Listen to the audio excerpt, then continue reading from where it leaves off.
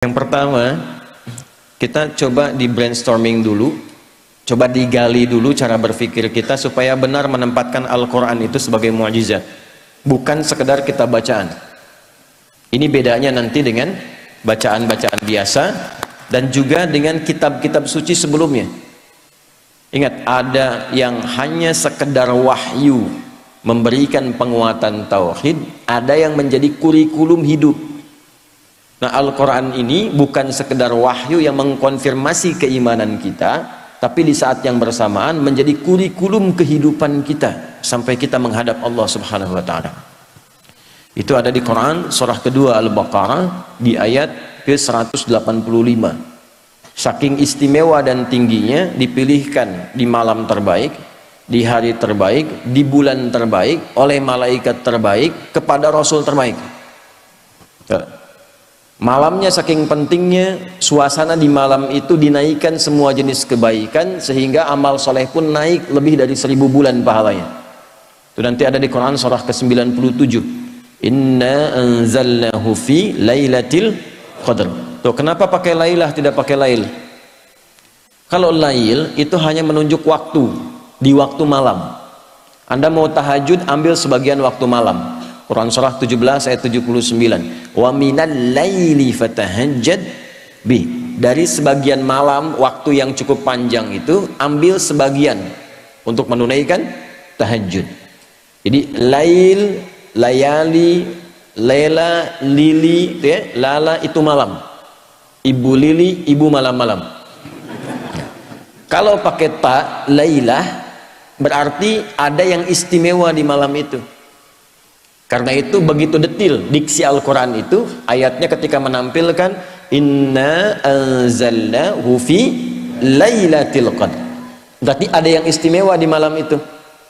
Ya, saking istimewanya, malamnya berubah suasananya, berubah nilai pahalanya. Wa ma adraka ma lailatul qadr. Lailatul qadri khairum min alfi syahr. Bukan 1000 bulan ya, lebih dari 1000 bulan. Nanti bergantung kadar keikhlasan. Kalau yang berhitung 1000 bulan ya dikasihnya 1000 bulan. Ya, kalau tidak pernah berhitung, Allah berikan pahala tanpa hitungan. Harinya ketika turun itu Jumu'ah, menjadi sayyidul ayyam. Bulannya Ramadan, syahrul Ramadan alladzi unzila fihil Quran. Malaikatnya ketika menerima Al-Quran langsung berubah jadi sayyidul malaikah. Ya, Jibril, Ruhul Amin. Nabi ketika menerima itu menjadi sayyidul anbiya'i wal mursalin. Tidak ada yang menerima Al-Quran dalam suasana apapun kecuali berubah jadi istimewa. Rasulnya jadi istimewa, malamnya istimewa. Tadi Al-Qadar, malamnya diberkahi. Nanti surahnya Ad-Dukhan, surah ke-44 itu ya. Ya, inna anzalnahu fi lailatin mubarakah. Anda bayangkan. Kemudian turun di Mekah. Nah, ini yang mau saya tunjukkan keistimewaannya. Mekah itu jangan dibayangkan saat ini yang ramai, maju, banyak hotelnya dan sebagainya. Ini saya ilustrasikan ya Bu. Pak, ini kanan, ini di kiri ini. Ini tisu biarkan saja. Ini lembah. Ya, ini lembahnya nih. Lembah ini kalau kita membaca dari segi sejarah, peta-peta masa lalu, itu tidak akan pernah keluar dari keterangan Al-Quran. Biwadin ghairi dhi zara'in inda baitikal muharram. Tanahnya tandus, batuannya pekat, tumbuhan jarang tumbuh. Terisolasi keadaannya. Di situ ada yang mulia. Kalaulah tidak ada kemuliaan Al-Bait, Baitullah, kalau nggak ada Ka'bah ini selesai. Diliputi oleh padang pasir, Sahara yang luas. Ini diapit oleh dua kekuatan besar. Di sini ada Romawi dengan imperiumnya, ya. Saking dahsyatnya Romawi, kalau Bapak Ibu nanti ada sempat waktu mengunjungi, itu terbentang Mediterania, ada laut besar Mediterania dari Italia ke Libya, Tunisia sampai ke Turki itu sampai sekarang arsitektur bangunannya peninggalan Romawi masih ada. Saya pernah cukup lama di Tripoli di Libya. Saya kunjungi daerah namanya Leptis Magna. Itu sampai sekarang kolosiumnya beberapa bangunannya, pondasinya masih ada sampai sekarang, untuk menunjukkan betapa dahsyatnya kekuatan Romawi masa itu. Punya peradaban, punya kekuatan. Samping kirinya Persia, Pak, punya kekaisaran. Ini kan Al-Manar, ya, sifatnya kan manarah. Manarah itu apa? Menara itu apa? Itu dulu puncak, salah satu nilai spiritual tertinggi Persia. Karena ketika mereka mau menyembah, menempatkan api di atas menara. Nanti di era Islam, ketika Islam masuk ke Persia, digantilah, tempatnya tidak dirubah, fungsi tempatnya dirubah, diganti sebagai tempat azan, untuk menunjukkan bahwa setiap tempat penyembahan itu diarahkan kemudian kepada Allah Subhanahu wa Ta'ala. Singkatnya, di sini ada Romawi, di sini ada Persia. Dua kekuatan besar. Pertanyaan saya, kenapa Qur'annya turunnya di tempat titik yang tadi disebutkan, yang tandus, yang peradaban belum muncul, yang penduduknya sebagian besar pada masa itu banyak yang berbuat kriminal, pemabuk banyak. Ini sering saya informasikan, pemabuk zaman itu yang pemula itu 5 kali sehari, Ustaz. Yang pemula loh. Bayangkan yang profesional itu. Kalau ada pencuri, pembegal, itu nggak nanggung, sekampung begal semua. Gifar itu kan kampung begal. Gifar itu kampung begal. Tokohnya Jundub bin Junadah. Jundub bin Junadah itu pemimpin para begal di kampung begal. Ya, nanti kelak masuk Islam, memperkenalkan diri, saya dari kampung begal dulunya. Maka ditambah al di depannya, ujungnya i, Al-Ghifari. Ya, jadi kalau ada yang namanya Al-Ghifari, kampung begal gitu dulu. Ya, tapi nanti ada nilainya, belum selesai, baru setengah, jangan pulang dulu. Belum selesai. Kalau ada zina, zinanya khatam, semua jenis zina dikerjakan. Anda bayangkan tuh. Ya, membunuh itu sudah biasa. Tokoh-tokohnya dikenang sepanjang zaman itu. Kenang sepanjang zaman itu, landscape-nya itu begitu ya, keadaan masyarakatnya demikian. Nah, Quran itu kenapa nggak turun di Romawi, kenapa tidak turun di Persia, kok turunnya di tempat itu yang terlihatnya tidak ideal? Maka Allah ingin menunjukkan keistimewaan Al-Quran dan keagungan dia, yang bisa merubah tempat yang paling nadir dengan maksiat menjadi khairu ummah. Orangnya berubah jadi orang terbaik di zamannya, tempatnya berubah jadi paling makmur yang melintasi zaman. Dan untuk menutup klaim di kemudian hari, pantas Islam pernah maju turunnya di Romawi. Untuk menghilangkan klaim di kesempatan yang lain, pantas Islam itu hebat turunnya di Persia. Tapi ketika diturunkan di tempat yang paling rendah, belum ada peradaban, belum ada kemajuan, maka Allah ingin membungkam siapapun yang menyangkal keistimewaan Al-Quran. Dibuktikan di setiap zaman, Quran diturunkan di titik yang paling rendah di muka bumi, masyarakatnya paling kontroversial, maksiatnya paling banyak, bisa dirubah oleh Quran dengan satu kilatan yang luar biasa, menjadi manusia terbaik yang dikenang sepanjang zaman. Dan itu dulu orang berubah itu dengan ayat-ayat pendek, Pak, Bu. Ibu kenal Bilal bin Rabah? Ayo, kenal di mana itu? Atau ya, Bilal itu kan hafalnya baru Al-Ikhlas, coba. Tapi kekuatan Al-Ikhlas itu bisa menajamkan hatinya, pikirannya, dan memberi kekuatan pada fisiknya. Diseret oleh tuannya ke tanah lapang yang luas, dalam suasana panas yang tidak biasa. Saya ilustrasikan ya, panas di kita ini masih ada uapnya. Jadi kalau panas kita keluar keringat. Di Timur Tengah itu uapnya tipis, kalau betul-betul panas bisa hilang uap. Kalau hilang uap bukan keringat, itu langsung berubah jadi hitam. Karena uapnya tipis. Jadi kalau Anda simpan kerupuk, kalau di sini mengkerut, di sana terbakar. Ya. Dipanaskan batu, disimpan di dadanya, dalam suasana panas, dicambuk, dikatakan irtad. Jawabannya apa? Ahad. Irtad, ahad. Irtad, ahad. Ya, kamu murtad, ahad. Enggak, Tuhan saya esa, qul huwallahu ahad. Itu kalimat satu kata di surat Al-Ikhlas menajamkan hatinya, menguatkan pikirannya, memberikan semangat luar biasa pada fisiknya. Dan datang anugerah Allah. Umar itu Cuma 2 huruf berubahnya. Siapa Umar sebelum masuk Islam tuh? Anda paham semua, baca sirahnya, baca sejarahnya.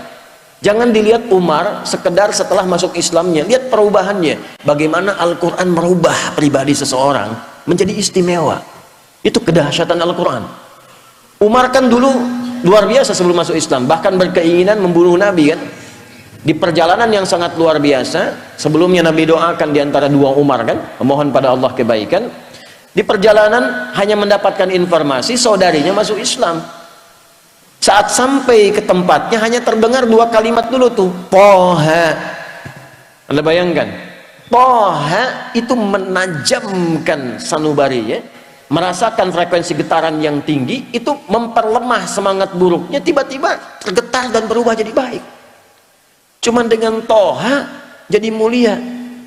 Anda sudah Al-Kahfi, sudah Yasin, sudah Baqarahan tuh, belum bisa berubah juga. Nah ini faktornya apa?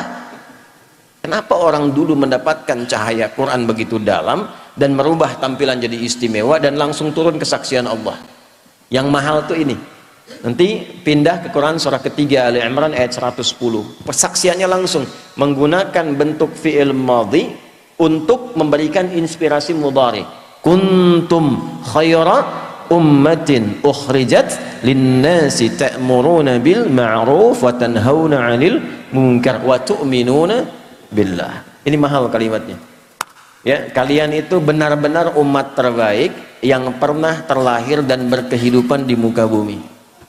Jadi teladan. Nah, bagaimana mereka menjadi umat terbaik itu? Ketika mengambil spirit dari Al-Quran dan menerapkan kurikulum yang ada di Al-Quran pada kehidupannya. Jadi Al-Quran itu saking istimewanya bukan sekedar bacaan Pak Ibu. Membaca itu adalah membuka pintu untuk mengetahui isinya. Nah Al-Quran itu nanti ada 3 level. Level bacaan, level pemahaman, level pengamalan. Saat membaca itu untuk tahu isinya, untuk dipahami.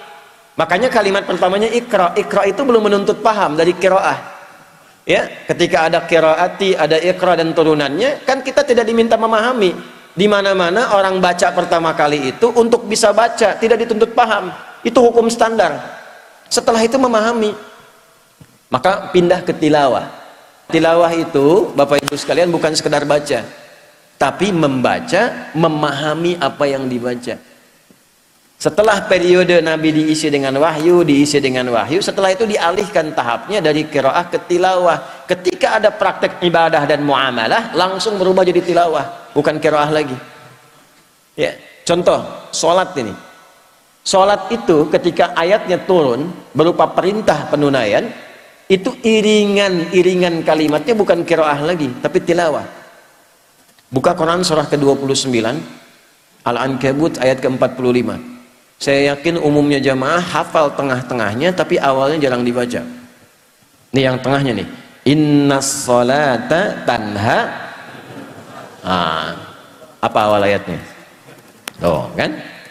Awal ayatnya utlu ma uhiya ilaika minal kitab wa aqimis shalah. Innas sholata tanha 'anil fahsya'i wal munkar. Utslu kata perintah dari kata tilawah. Tala yatslu tilawatan utslu. Wahyu pertama, Iqra bismi rabbikal ladzi khalaq. Setelah terkumpul wahyu ada perintah ibadah, utslu. Apa bedanya qiraah dengan tilawah? Kenapa turun qiraah di awal Iqra bukan utslu? Karena qiraah itu hanya perintah untuk menghadirkan apa yang diingat atau membaca yang di hadapan tanpa menuntut memahami apa yang dibaca itu. Kenapa wahyu pertama itu Iqra bukan utslu? Karena Nabi Muhammad itu jangankan paham, baca aja nggak bisa. Gitu. Salah kalau tilawah di awal utslu, itu menunjukkan ada bacaan. Makanya Nabi mengatakan Iqra ma'ana biqari. Saya nggak bisa baca, saya nggak punya hafalan, saya nggak pernah sekolah, saya nggak punya guru. Kenapa dibuat Nabi itu oleh Allah ditetapkan ummi? Untuk menunjukkan Qur'annya orisinil, bersumber dari Allah. Litakidi ummiyati Muhammad sallallahu alaihi wasallam, untuk menguatkan Nabi itu seorang ummi, untuk menunjukkan pada semesta bahwa Al-Quran itu orisinil firman Allah, tidak ada campur tangan Nabi Muhammad di dalamnya. Pernah nggak ngaji ayat Quran yang membimbing bisnis itu apa? Hadis-hadisnya apa? Keluarkan Kitabul Buyu'. Bimbingan dari Al-Quran dan hadis mengantarkan pada bisnis yang sukses dan membahagiakan.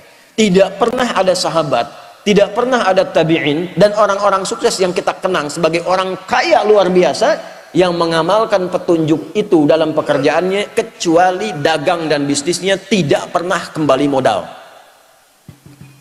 Selalu kembali untung. Tidak pernah kembali modal, selalu untung.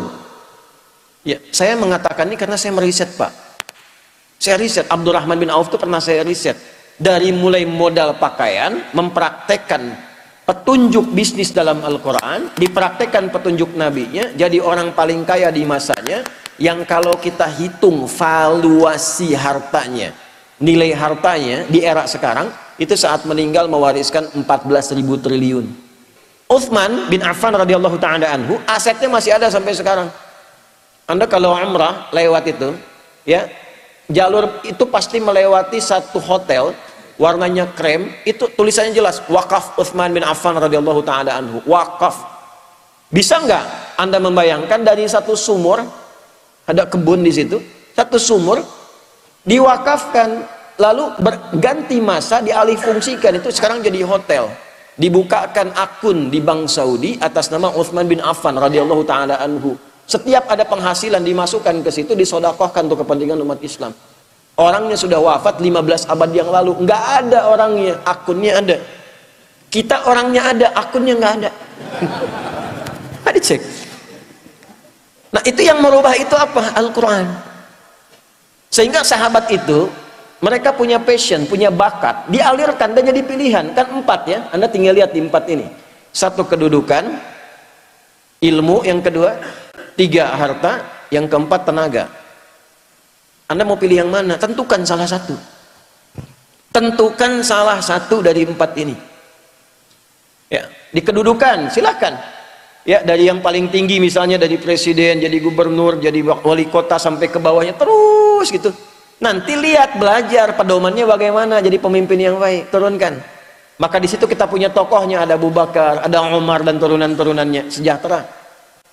Setiap di copy paste di generasi setelahnya makmur, karena memang tidak dibatasi di waktu tertentu. Silahkan Anda cek di era Umar bin Abdul Aziz, kan bukan eranya sahabat, hebat juga, luar biasa juga, sampai masa keemasan dibawa. Terbalik ketika Qurannya ditinggalkan, malas ngajinya, hadisnya jauh, selesai, jatuh.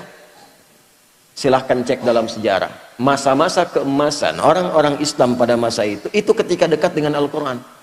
Ulamanya masih didengar, dijaga, diamalkan, ilmuwan makin banyak, sampai ke Andalusia, sampai di Iberia, sampai Mensibwa, sampai disebutkannya peradaban Islam di Spanyol, peradaban Islam di Portugal, peradaban Islam di A, B, C dan sebagainya. Kapan? Ketika dekat dengan Al-Quran. Ketika Qurannya mulai jauh, mulai sibuk dengan dunia, jatuh. Nah, ini yang mau saya tekankan di bagian yang pertama. Ilmu silahkan, kita punya tokohnya, ada Ali bin Abi Thalib, ada sahabat Abu Hurairah radhiyallahu taala anhuma jami'an, ya. Kemudian di babnya apa lagi? Harta, ada Utsman bin Affan, Abdurrahman bin Auf, ada Talhah dan sebagainya. Bab tenaga siapa? Ada Bilal bin Rabah. Apa Bilal pernah dikenal sebagai crazy rich di zaman Nabi? Tidak. Bagawan pengetahuan? Tidak. Punya kedudukan? Tidak. Apa pekerjaannya? Adzan. Tapi pernah nggak Anda mendengar begini? Bilal cemburu pada hartanya Utsman? Pernah? Tidak. Bilal cemburu pada ilmunya Ali? Pernah? Tidak. Kenapa? Karena mereka sudah memutuskan pilihan. Saya memilih yang ini sebagai bekal pulang kepada Allah. Jadi nggak ada cemburu pada yang lain karena punya jalan hidup. Saya memilih adzan. Kenapa? Karena saat adzan Allahu Akbar, Allahu Akbar. Begitu selesai Nabi komen, aku mendengar suara tapak kaki Bilal itu di taman surga, dan dari teriakannya itu dipanjangkan lehernya, kata kiasan, maksudnya diberikan keutamaan dari suara adzannya. Bilal begitu dengar, adzan aja saya udah ke surga, ngapain saya capek kayak Utsman itu kan? Makanya beliau pilih itu jadi kebanggaan. Anda bayangkan, setelah Nabi meninggal itu dikejar-kejar, dicari Pak Bilal ada di mana, sembunyi mempertahankan passionnya. Sembunyi, ditawari ketua Mahkamah Agung. Tuh. Anda bayangkan? Itu kan penawarannya tinggi, itu hakim agung tertinggi, ditawarin, ngumpet di pedalaman. Akhirnya karena nggak bisa, bagaimana dirayunya? Azan aja deh. Baru mau datang. Jadi tapi begitu sampai asyhadu anna Muhammad Rasulullah, pingsan. Karena membayangkan kenangan bersama Nabi, membayangkan keutamaan. Ini balik lagi. Jadi kebanggaan. Rizki kan sudah teratur. Asal Anda bergerak, Allah kirimkan. Profesi itu kan cuma perbedaan dalam mencarinya saja. Yang dosen, yang arsitek, yang dokter, itu cuma perbedaan dalam mencarinya. Kuota rizkinya teratur. Walladzi qaddara fahada. Telah ditetapkan, diberi petunjuk, tinggal ikhtiar, rizki dapat. Jadi biasa-biasa saja. Orang dulu tuh biasa-biasa saja, menganggap Abdurrahman bin Auf biasa-biasa saja. Kata Nabi, ya, ini kalimat yang sangat viral ini. Kalimat sangat viral. Beliau itu tidak khawatir dengan orang Islam yang kaya, karena kaya itu biasa saja. Yang khawatir itu yang tak mampu memanage kekayaannya. Jadi biasa-biasa saja, tidak usah berlebihan. Sama saja dengan yang ngambil tenaga, dengan yang ngambil ilmu, dengan yang ngambil kedudukan. Yang membedakan cara memanage, cara mengolahnya. Kalau kita punya fikihnya jadi kebanggaan. Oh, Bapak cuma adzan? Iya, saya punya sanad ke Bilal bin Rabah. Bacakan hadisnya. Dan itu kan jadi kebanggaan tersendiri. Fikihnya ada, jalannya ada. Nah, ini yang ingin saya tekankan dari nilai-nilai Al-Quran.